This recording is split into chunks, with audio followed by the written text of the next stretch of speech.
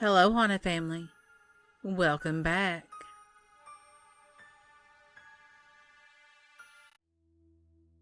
Story 1. Not alone here. This incident happened to my aunt and uncle, who are very straight-laced, wholesome Christian-type people. It was the mid-90s, and they had just gotten married. They were looking for their very first place together, and they were on a very tight budget as they had just gotten out of college. They found an apartment that was affordable and made an appointment to check it out. When they arrived, they noticed the building was adjacent to an old cemetery. The woman showing them the place mentioned that the previous tenants had strange activities in the apartment. Drawers being opened, doors slammed shut. But overall, the incidents were few and infrequent. If you believe in that sort of thing, she said. They didn't think much of it. They weren't the type to be spooked out. They were Christians after all. They didn't really believe in that. So they went ahead and got the apartment. And my aunt said, as soon as they got the apartment, they noticed things being moved, and drawers opening and closing by themselves.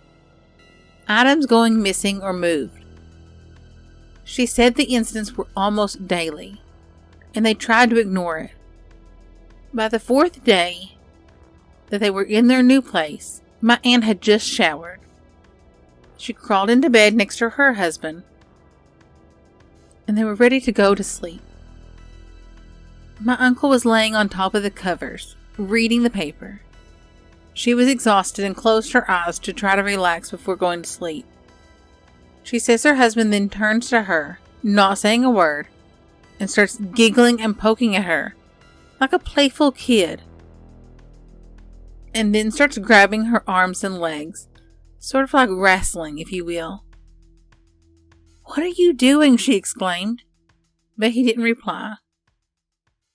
She said he had an odd look on his face that she had never seen before, and it was very out of character for him. He then rolled off the bed, giggling weirdly, rolled under the bed, and started pushing up the box spring from under the bed. She described it as almost taunting. And then, in a loud voice, she yells his name and asks, "What are you doing?" She then hears my uncle's voice from the living room say, "What is it?" She hops up and runs in there to find her husband in the living room, feet kicked up in the recliner, reading his paper. They immediately packed up some things and went to a hotel for the night. They never spent another night in that house. They got out of the lease and only returned with family and friends to pack up. I should say that when my aunt starts telling the story, my uncle gets up and leaves the room. It frightens him too much. Story 2.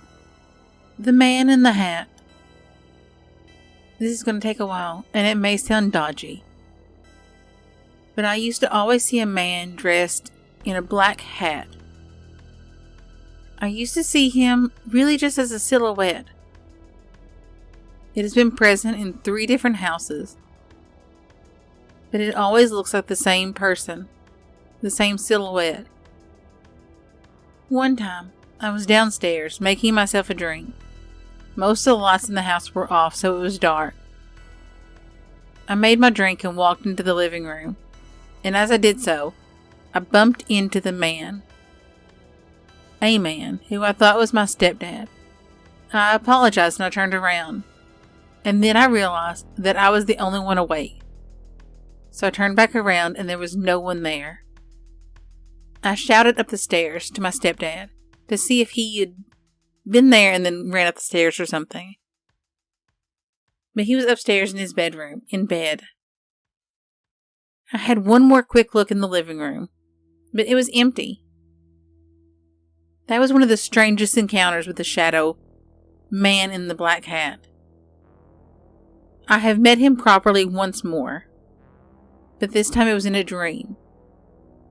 The dream revolved around a spider being brought back to life. In the dream, he moved erratically, almost like it was a cartoon missing a few frames. Story 3. My dead husband. My husband died, but he was a mean, spiteful drunk. Marriage only lasted 2 years, and I was already on my way out, and he knew it. About a year later, small, unexplained things started happening. A couple of things, and at different times, would disappear. And I would search high and low, but they'd be nowhere to be found. After a few days, they would end up right where they always should have been. Everyone thought it was a big joke, but not me.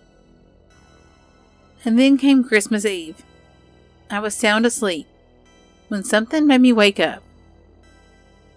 I froze in position. There was a man standing beside my bed, staring down at me. I was afraid that if I moved, that he would know I was awake. I was hoping that if I stayed still, that he'd take whatever he wanted and leave me alone. I was so scared. My heart was racing. I broke out into a sweat. It was all I could do to be perfectly still, while he was just staring down at me. And then he faded away. Just like that. 1 minute he was there, and the next he was gone. The very next night, the same thing happened. In the middle of the night, I woke up. See a man leaning over my dresser. It appeared that he was writing something, but he kept looking up at me. This lasted for maybe a minute, and then he just faded away. I never saw him again after that night. But small things continued over the years. Nothing big. The toilet paper would completely unroll all by itself. Hanging plants would swing back and forth when there was no air or wind to move them. The bed would feel as if someone had just sat down on it. I don't live there anymore, but I've often wanted to talk to the people who do now to see if they've experienced anything. Story 4. Meeting Death. My mom and I visited my grandma at her senior home, and we left at like 10 p.m. I went out the front door and bumped straight into this man's chest. I said I was sorry, and I backed away. But he didn't respond, which I found a bit weird. I looked up to see that he was this tall, huge, middle-aged man. He had to have been at least 7 foot tall, wearing a black fedora and a black suit, and he was carrying a briefcase. He had huge, wide eyes, and he just kept staring at me without blinking or saying a word. When my mom called for me to hurry up, I followed her to the car. When we got into the car, I asked her who she thought that man was, and she said, "What man?" I explained what had literally just happened to me, and she said that she didn't see a man. I turned around, and the man was gone. That's the creepiest thing that's ever happened to me. And as I explained the story to other people, they seemed to think that maybe I bumped into death. Thanks for listening. I hope you enjoyed the stories. If you did, drop me a comment down below. Give me a thumbs up. Subscribe if you want. I'd love to hear from you. Thanks for listening. Bye. Music by Carl Casey at White Bat Audio.